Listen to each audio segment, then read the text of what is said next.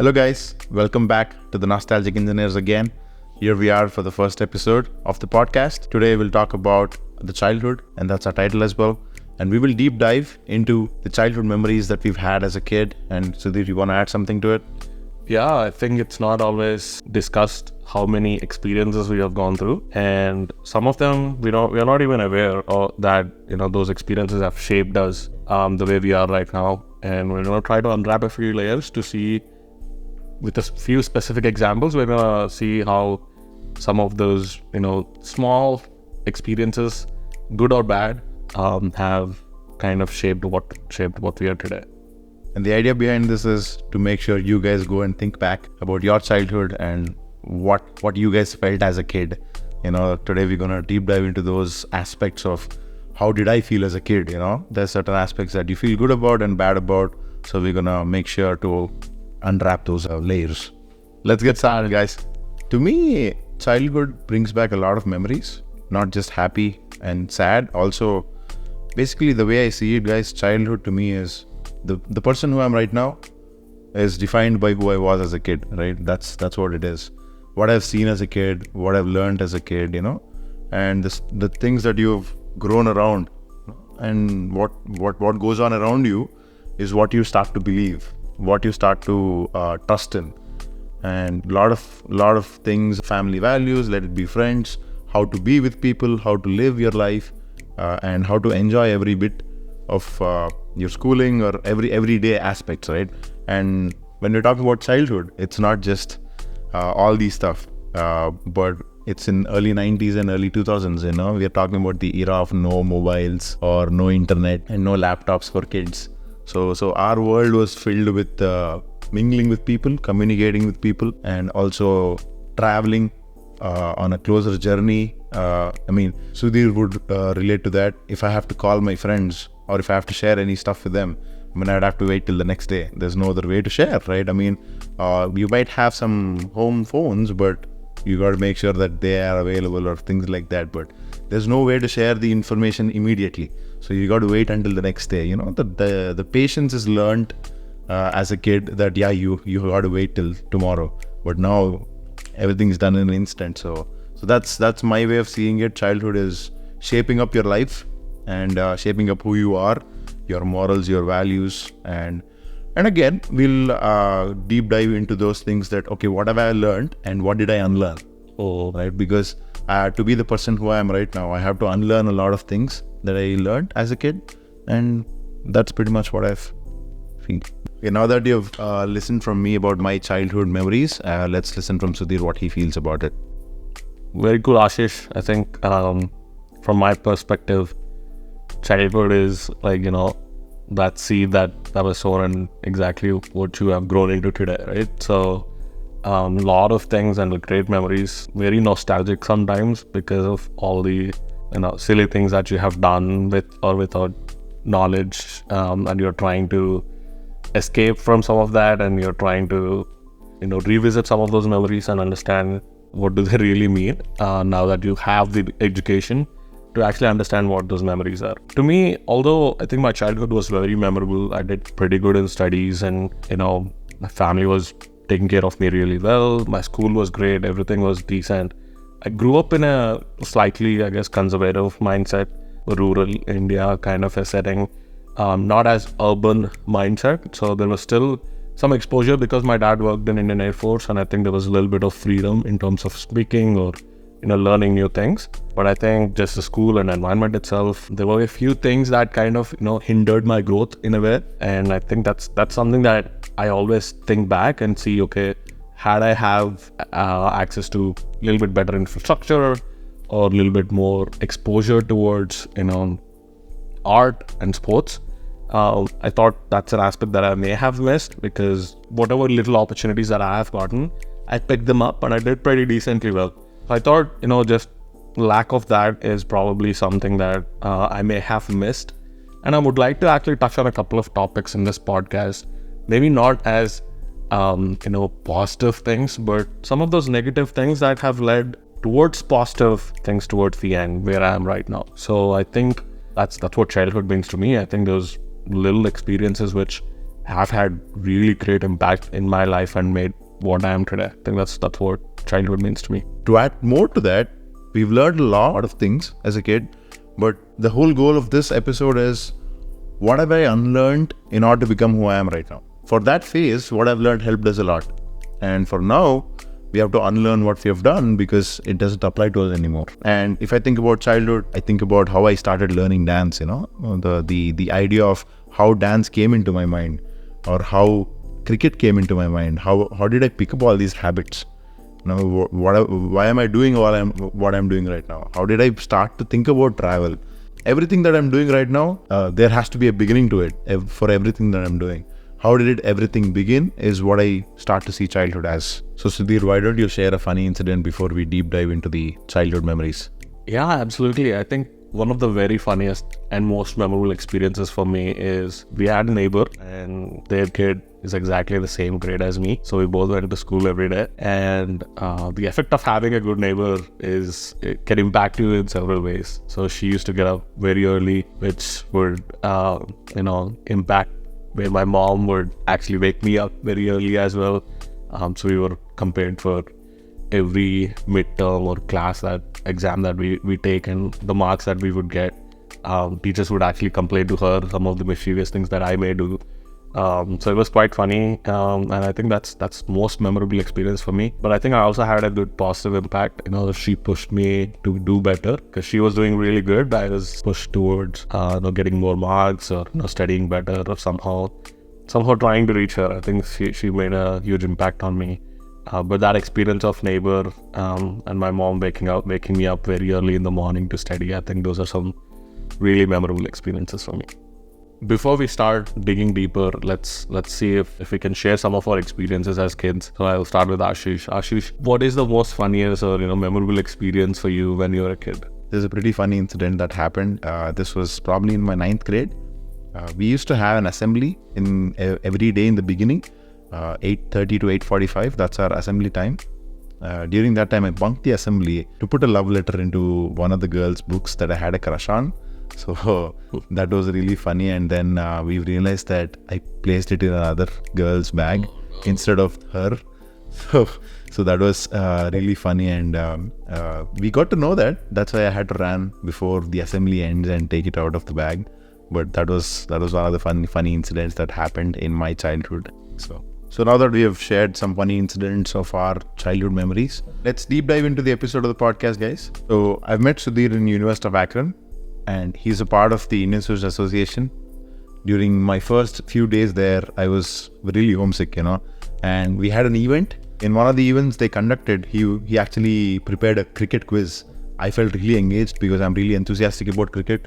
I was really curious to see who made up that quiz, and I was like, yeah, that's pretty cool. And I saw him speak in many events. He organized a lot of events cricket-wise, as well as he led so many teams currently and previously. I want to know what is his thought process as a kid. What did he go through to make sure that he is what he is right now? So I want to hear his story. Sudhir, would you like to share that part of his story? Yeah, thanks Ashish. Thanks for asking. This is a very, very close topic to me. I'm sure a lot of kids who grew up in India in 90s and 2000s would relate to this. So I think public speaking in general, I think it's a huge topic that we should talk about.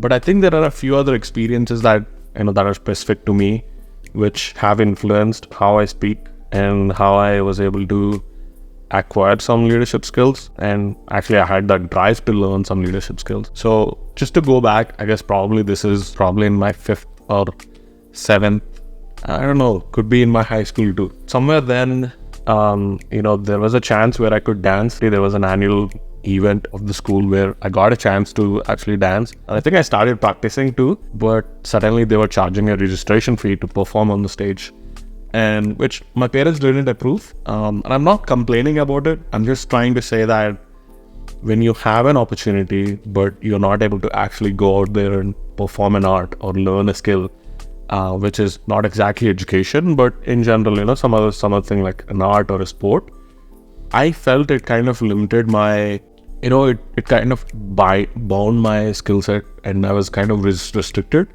And I think that's one of my very negative experiences where I felt, okay, is it lack of infrastructure, or is it actually lack of education among people that, art probably is something that should be nurtured in everybody. Sport is something that should be nurtured in everybody, which will, I think, eventually relate to how you behave in public, how you communicate in public. Just to connect one more dot, there was one other experience that I had, which was, I think I was co-hosting an event when I was a kid. Again, this is in my school, and I felt I did okay as an anchor, as an MC. But there may be a good feedback if somebody was actually giving me constructive feedback to say, no, you didn't do well in certain situations. This is what you could do better. I think I would have taken it decently. I'm not sure, but indirectly they just removed me and they didn't even communicate properly to me, and that kind of laid a very bad mark and kind of doubted my own skills of talking. So I felt that's a challenge that I needed to pick. These are two things which kind of influenced me. Okay, you had an opportunity, but you didn't get a chance to perform. You had an opportunity which you didn't do well. These are two things that at least I took as a challenge, but I can see how a lot of kids may have felt, okay, this is something that, I'm not good at, so I'm not going to do it anymore. But I felt it's a challenge that I had to take up. So I went through some courses. I went through some, spoken English grammar sessions where I had to speak out and act how I'm expressing myself. So I think I was afraid that my freedom of speech was taken away from me in those experiences, and I tried to gain that back. I think that's what influenced me to be better at my public speaking and, trying to acquire those leadership skills to kind of stand out there and defend myself and the community that I'm part of. Alright guys, I know Ashish is a very fun guy, and in the recent times, he traveled a lot. I'm sure if you follow his Instagram page, you'll see a lot of great pictures at a lot of cool places in the US and other places as well. I have always been curious to ask this question, and I thought you guys will enjoy learning more about Ashish in general. So Ashish, why don't you tell us what sort of experiences did you go through when you were a kid, which made you travel or which made you want to travel? And what are the reasons? I think some of the childhood experiences that you have would have definitely influenced what you're today, which is what this episode is all about. But I'm very, very interested to learn more from you on, okay, why travel? What made you that you're today? That's a very good question, Sudhir. I've been wanting to share this story for a long time, and I think a few people in my life already know that. This goes back to 20 years back. I mean, when I was 10 years old, I really wanted to play a lot of sports as a kid. And, back then, where we had no phones or no internet or no laptops or anything like that, the only entertainment was go outside and play sports or play any indoor sports, right? So that was the only entertainment as a kid we had. And we were so eager to do that. As soon as you go home from school, you just finish your homework and run off out and you want to play, right? So during that age, I had a health condition from my 5th grade to 10th grade, I guess. For those 5 years, I could not play any physical sports that would cause me any physical harm. I would say if I get injured, the condition will worsen. So that's one of the reasons I was not able to play any sports. My family was very protective of me during that period of time, and I totally understand that. But as a kid, I won't get that, right? During that age, when all you think of is go out, play, you won't understand the seriousness of what you have or what's going on with your body. Your parents do get that. That's why they were so overprotective, and they're taking care of me. And during that period of time, I was really, really frustrated, and I was very sad because I was not able to play cricket. I was not able to play any outdoor sports because if I get injured, that's gonna mess up with my health. And also, I mean, you guys can relate to this, I guess. In schools, you always go to outing every year, right? And during that period of time, if kids get to know that they are going to an amusement park for a whole day with your friends, I mean, that's the best thing to do, right? And you talk about it from the time they let you know that. And even after a month, you come back from that trip. And I've never been on any school outings, and that was probably the reason of, again, my health condition is my family was so worried that, okay, if he goes and something happens, it's gonna mess him up. So I never went out, and imagine being that kid in the class where you're surrounded by 60 other students, and all they talk about is that trip for a month before and after. and I could never relate to those emotions. I wanted to feel those things. I wanted to feel what it felt like to go out there and have fun, and go out there and play the sports that I want to play. And I was never able to feel that, and that really suffocated me a lot as a kid. And I didn't know how to process certain emotions. It was really tough, really tough. And I used to cry to sleep for a long time as a kid, because not being able to do anything. And even cycling is one of the favorite things as a kid to do on the streets, right? And even that I was not able to. My friends every day in the evening, my friends in my apartment, they used to go out in the evening for a couple hours, and I used to just wait at home for them, like until they come back. Okay, what would I do? I'd be imagining me cycling, I'd be imagining me playing sports, I'd be imagining going to an amusement park and all those things. And I was really lacking those emotions. And deep inside, I forgot how to smile as well as a kid. My mom would know better. My mom and sister, they've seen me suffer because I was never able to communicate with people, because I was so away from all these emotions. I could not relate to them, and I was not able to speak. I was not able to laugh or smile for a picture properly. I was isolating myself from the world, I would say. And that is when I decided, this was probably in my 11th grade, intermediate. I decided that this is high time. I need to understand what is going on with me. I need to focus on how can I get better. So I used to bunk classes in my 11th grade. I used to tell my mom though, that was the first time I started traveling alone. In the same city, I used to bunk class. I used to just walk in the city, just go explore all by myself, just go to the movies by myself. Because I wanted to feel all those emotions. I was like, I wanted to feel everything that I wanted to feel. So without telling my parents, I just used to bunk the class and go and do whatever. There was this freedom, I guess. Yeah, there was this freedom, and I just went. And also my health condition got better, so probably that was one of the reasons. But again, seeing that phase in my life, my dad was always overprotective of me. It's a given fact, I guess. I mean, you don't want to see your kid suffer, I would say. But as a kid, you won't get that. You won't understand those feelings, because all you're thinking is how to be happy, because everyone around you is happy.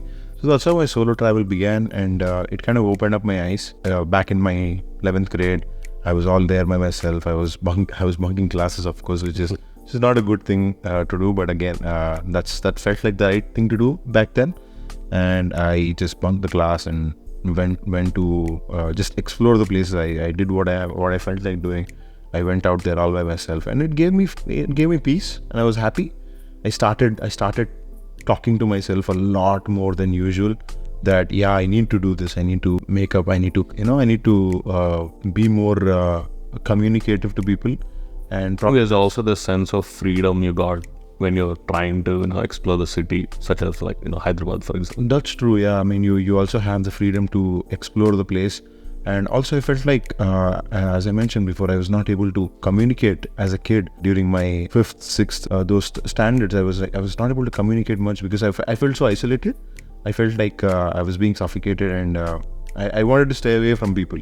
That is what I felt like, and I wanted to come out of that. And now I can't. You did mention that Angel's Landing was your first hike solo, and yes, where you felt peace. Yes, during 2020, 2021 time, I was not feeling myself. I was like, I need to go back to doing what I was doing. So I took a decision of going on a 9-day trip, and doing Angel's Landing. I was scared that day, but a person can only be scared for a long time. Right. So I put that fear aside, and I started doing what I have to do, and it really gave me peace, and I was really happy. Being in a city where you don't know anyone, you put yourself out of the comfort zone. You start looking at the geographics of the place. You have to look for a place where you want to stay, what you want to eat, and you want to start exploring around that area, and that gives a different mindset to your own self. You'll be out there in the world exploring places. Yeah, very cool. We want to ask you guys a question. You've heard our stories. What are your stories? Like, did you travel a little bit? Did you solo travel in Hyderabad or other cities in India where you actually found, different things? You've learned some new stuff, which with the independence that you got straight out of getting out of school and your house, and even probably in your high school, right? Like Ashish said, did you bunk classes to go to movies with friends or by yourself? What are the stuff that you have done yourself where you've learned how to be solo, and you probably have found a little bit of peace in that, and eventually now that have impacted how you live now, right? How you're able to travel now, how you're able to explore some stuff on your own, because now you're independent, you have to do stuff by yourself. Yeah, please let us know.